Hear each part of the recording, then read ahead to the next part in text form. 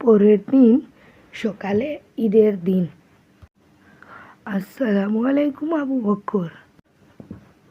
ওয়ালাইকুম আসসালাম। এটা তোমার জন্য।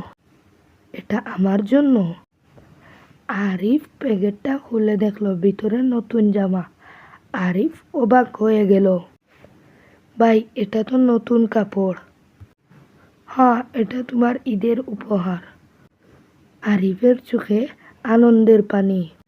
ভাই, আমি কি বলবো, আমি তোমাকে বোঝাতে পারছি না। কিছু বলতে হবে না, আমি শুধু চাই তুমি খুশি থাকো।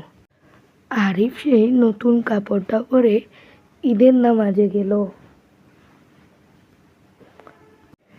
সেই দিন অনেক দিন পর সে সত্যি আসলো। নামাজ শেষে একে অপরকে বলছিল, ঈদ মুবারক। ঈদ মুবারক ভাই, ঈদ মুবারক, ঈদ মুবারক। দূর থেকে আবু বকরের বাবা সবকিছু দেখছিলেন। আজ আমি অনেক খুশি। কেন বাবা? কারণ তুমি একজন গরিব বন্ধুর মুখে হাসি ফোটাতে পেরেছ।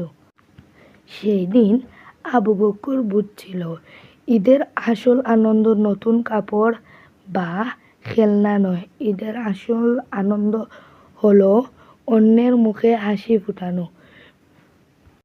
প্রিয় বন্ধুরা, আমাদের চারপাশে অনেক গরিব আছে। যদি আমরা পারি তাহলে তাদেরকে সাহায্য করব। আল্লাহ আমাদের সবাইকে গরিবকে সাহায্য করার তৌফিক দান করুন। আমিন। সবাইকে ঈদ মুবারক।